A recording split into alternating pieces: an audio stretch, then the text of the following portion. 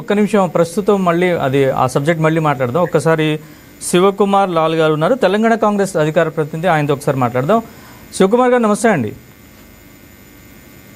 శివకుమార్ గారు వినపడుతోంది కదా సార్? నమస్తే. శివకుమార్ గారు, రెండు తెలుగు రాష్ట్రాలు అభివృద్ధిలో పోటాపోటీగా దూసుకెళ్తున్నాయని ఆర్బీఐ నివేదిక చెప్తోంది. ఇనీషియల్గా మీ కామెంట్ ఏంటి దీనిపై?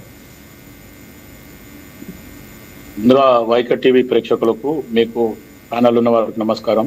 నమస్తే సార్. అయితే ఇప్పుడు వాళ్ళు ఇద్దరు మాట్లాడిన దాంట్లో మొత్తానికి కూటమిగానే మాట్లాడుతున్నారు అనే రకంగా మాట్లాడుతున్నారు. కాకపోతే ఇప్పుడు మాట్లాడిన బీజేపీ నాయకుడు మొత్తానికి అటు బీజేపీ టీడీపీ రెండు ఆయననే నాయకుడిలాగా మాట్లాడడం జరిగింది. అయితే ఒక్కటి ఏంటంటే, ఈ విభజన హామీ చట్టం ఏదైతే ఉందో బీజేపీ ప్రభుత్వం ఈ 12-13 సంవత్సరాల నుంచి ఎందుకు కూడా ఇంకా హామీలు విభజించలేదు.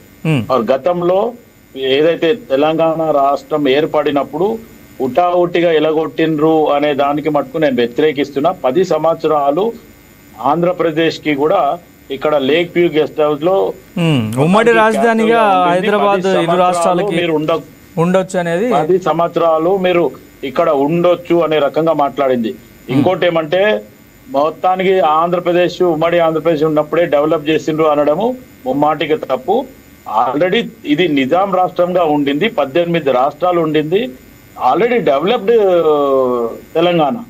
ఏదో చంద్రబాబు వచ్చో లేకపోతే ఇంకెవరో వచ్చి చేసింది కాదు. ఆల్రెడీ చంద్రబాబు వచ్చిన తర్వాత ఏదైతే ఐటీ మొత్తానికి ఏదైతే ఐటీ రంగంలో రాజీవ్ గాంధీ గారు చేసిన దాన్ని రాజీవ్ గాంధీ గారు ఇంట్రడ్యూస్ చేస్తే దాన్ని చంద్రబాబు నాయుడు అక్కడ చేసిండు. హైటెక్ సిటీ ప్రాంతము లేకపోతే సైబరాబాద్ ఏదైతే కొత్త పేరు పెట్టి దాని ఏరియా డెవలప్ చేసిండు. కానీ అక్కడ ఉన్న ల్యాండ్స్ కానీ లేకపోతే అదంతా కూడా చంద్రబాబు బినామీలు, చంద్రబాబుకు సంబంధించిన మురళీమోహన్, జయబేరి ఇవన్నీ కూడా వాళ్ళ ఆధీనంలోనే ఉన్నాయనేది నేను చెప్పడం.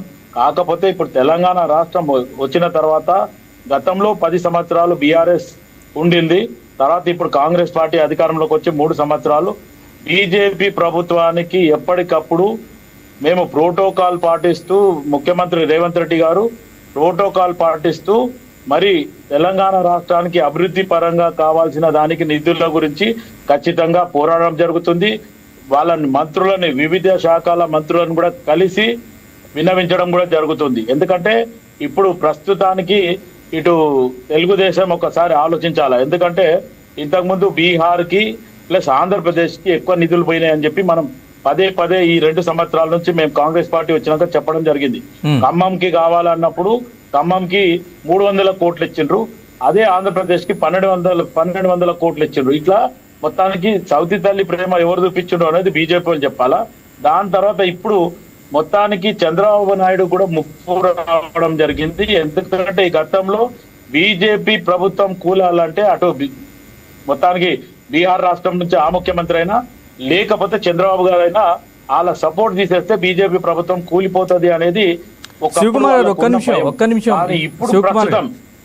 శివకుమార్, మన డిబేట్ ఏంటంటే ఆర్బీఐ నివేదిక ప్రకారం 2 తెలుగు రాష్ట్రాలు అభివృద్ధి పరంగా ఒకదాంతో ఒకటి పోటీ పడుతున్నాయి. సో ఈ అంశాలు మాట్లాడుకుందాం. అంటే తెలంగాణలో తలసరి ఆదాయం పెరిగింది బాగా, ఏపీతో పోలిస్తే గతంతో పోలిస్తే ఎన్నో రెట్లు పెరిగింది. సో ఈ అంశాల గురించి మీరు కన్ఫైన్ అవ్వండి. తర్వాత మీరు విభజన హామీల గురించి మనం తర్వాత మాట్లాడుకోవచ్చు. ఇప్పుడు తలసరి ఆదాయం పెరుగుదలకు దోహదపడిన అంశాలు ఏంటి? ప్రస్తుతానికి ఈరోజు తెలంగాణ రాష్ట్రంలో అభివృద్ధి కావాలనే రకంగానే అడుగుతున్నాం. ఇప్పుడు ఎంతైతే అభివృద్ధి ఉందో అది ఇంకా తక్కువే. తెలంగాణ రాష్ట్రం ఆల్రెడీ అభివృద్ధి రాష్ట్రం కాబట్టి ఇక్కడ మొత్తానికి మిగులు బడ్జెట్ రాష్ట్రం ఇచ్చిన రాష్ట్రాన్ని గత ప్రభుత్వం అప్పుల రాష్ట్రం చేసిపోయింది. దాన్నైనా ఈరోజు 6,500 కోట్ల రూపాయలు వాళ్ళు చేసిన అప్పులు కడుతూ కూడా ఈరోజు కాంగ్రెస్ పార్టీ అధికారంలోకి వచ్చినాక అభివృద్ధి పరంగానే ఆలోచిస్తున్నాము. ఎక్కడ కూడా వెనక్కి తగ్గేది లేదని చెప్పి ముఖ్యమంత్రి రేవంత్ రెడ్డి గారు కానీ మంత్రివర్గం కానీ తెలంగాణ రాష్ట్రం అభివృద్ధి పడాలనే రకంగానే ఆలోచించడం జరుగుతుంది. అంటే నేను ఇంతకుముందు బీజేపీ వక్త మాట్లాడినందుకు నేను మళ్ళీ ఆ సబ్జెక్ట్ కి పోయి మేము చెప్పడం జరుగుతుంది. ఎందుకంటే ఇప్పుడు ప్రస్తుతానికి ఉన్న బీజేపీ చంద్రబాబు నాయుడు సపోర్ట్ లేకపోయినా నా దగ్గర స్ట్రెంగ్త్ ఉంది అనే రకంగా ఇండైరెక్ట్ గా చూపిస్తున్నారు అనేది నేను చెప్పేది. ఎందుకంటే ఇంతకు ముందు బీహార్ గానీ లేకపోతే ఆంధ్రప్రదేశ్ గానీ విత్డ్రా చేసుకుంటే రేపు బీజేపీ ప్రభుత్వం పడిపోతుంది అనే చందనంగా ఉంది. కానీ ఈ రోజు ఆ దిశని మార్చేసుకున్నారు అమిత్ షా, నరేంద్ర మోదీ అనేది నేను చెప్పడం. శివకుమార్ గారు, తలసరి ఆదాయంలో టాప్లో కొనసాగుతోంది తెలంగాణ. అలాగే వృద్ధి రేటు కూడా రెండు అంకెల వృద్ధి రేటు ఉంది. అలాగే ఈ వృద్ధికి కానీ తలసరి ఆదాయం కానీ ఇంకా హైదరాబాద్ ఐటీ సేవా రంగంలో అయితే తన మార్క్ ఇంకా చూపిస్తోంది. వీటన్నిటికీ దోహదం చేసిన అంశాలు ఏమనుకుంటున్నారు? మీ ప్రభుత్వం వచ్చిన తర్వాత చేపట్టిన చర్యలు ఏంటి? ప్రభుత్వం వచ్చిన తర్వాత మొత్తానికి ముఖ్యమంత్రి రేవంత్ రెడ్డి గారు కానీ లేకపోతే ఐటీ మినిస్టర్ శ్రీధర్ బాబు గారు కానీ మంత్రులు కానీ సమిష్టిగానే ఎప్పటికప్పుడు రివ్యూ మీటింగ్ చేస్తూ మనకి ఏ ప్రాజెక్టులు ఎక్కడ ఆగిపోయినాయి 10 సంవత్సరాల, లేకపోతే మనం వచ్చిన ప్రాజెక్టులను ఎట్లా అభివృద్ధి చేయాలనే రకంగానే ముఖ్యమంత్రి రేవంత్ రెడ్డి పోవడము, దాని తర్వాత సమిష్టిగా ముందుకు పోయి తెలంగాణ అభివృద్ధి పరంగానే మేము ముందుకు పోతామని చెప్పి పదే చెప్పడము.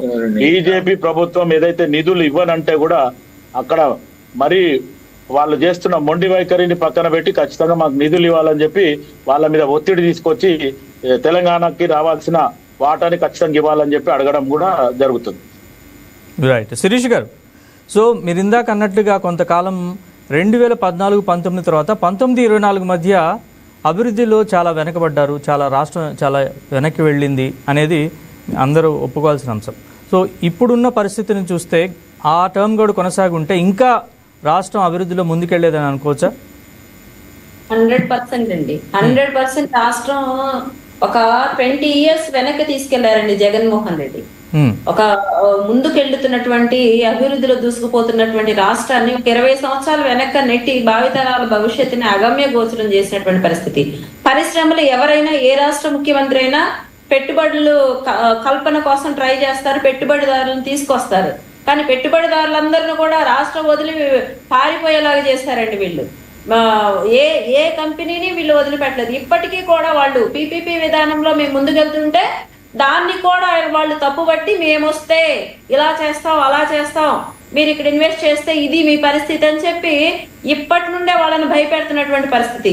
కానీ ఎక్కడ కూడా రాష్ట్ర అభివృద్ధి, రాష్ట్ర ప్రజలు ఇంతమంది మన మీద నమ్మకం పెట్టుకొని 151 సీట్లు ఇస్తే రాష్ట్ర గతంలో చేసిన చంద్రబాబు నాయుడు గారి కంటే ఇంకా గొప్పగా చేస్తామని చెప్పి ప్రజలను నమ్మించి వచ్చిన తర్వాత కనీస ఆలోచన కూడా లేకుండా ఇదేమి రాష్ట్రం అనేది ఎవరి సొంత జాగీరు కాదు, అలాంటిది ఆ మాటను ఆదమరిచి మా ఇష్టారాజ్యంగా చేస్తాము, దోచుకుంటాము, దాచుకుంటాము, అడ్డు వచ్చిన వాళ్ళని వేసేస్తామన్న రీతిగా వాళ్ళ పరిపాలన కొనసాగించి ప్రజలను భయభ్రాంతులకు గురి చేసి నోరెత్తిన వాళ్ళు ప్రశ్నించే గొంతులను నొక్కేసి ఇష్టారాజ్యంగా కేసులు పెట్టి నడి రోడ్డు మీద వాళ్ళ పేర్లు చెప్తేనే బ్రతకనిస్తామని చెప్పి నడి రోడ్ల మీద చంపినటువంటి రావణ కాష్ట జగన్మోహన్ రెడ్డి 19-24 మధ్య జరిగిందండి. అలాంటి సమయంలో పెట్టుబడిదారులు ఎవరైనా కూడా మళ్ళీ కూటమి గవర్నమెంట్ వచ్చిన తర్వాత కూడా రావడానికి ఫస్ట్ భయపడతారు. ఎందుకు మళ్ళీ నెక్స్ట్ వస్తే మా పరిస్థితి ఏంటని. అలాంటి సమయంలో కూడా చంద్రబాబు నాయుడు గారు కానివ్వండి, లోకేష్ అన్న గారు కానివ్వండి, పవన్ కళ్యాణ్ గారు కానివ్వండి, బీజేపీ అక్కడ సపోర్ట్ సెంట్రల్ గవర్నమెంట్ దగ్గర మోడీ గారు కానివ్వండి, ఎంత అయితే పెట్టుబడిదారులలో విశ్వాసం కలిగించడంలో సక్సెస్ అయ్యారు.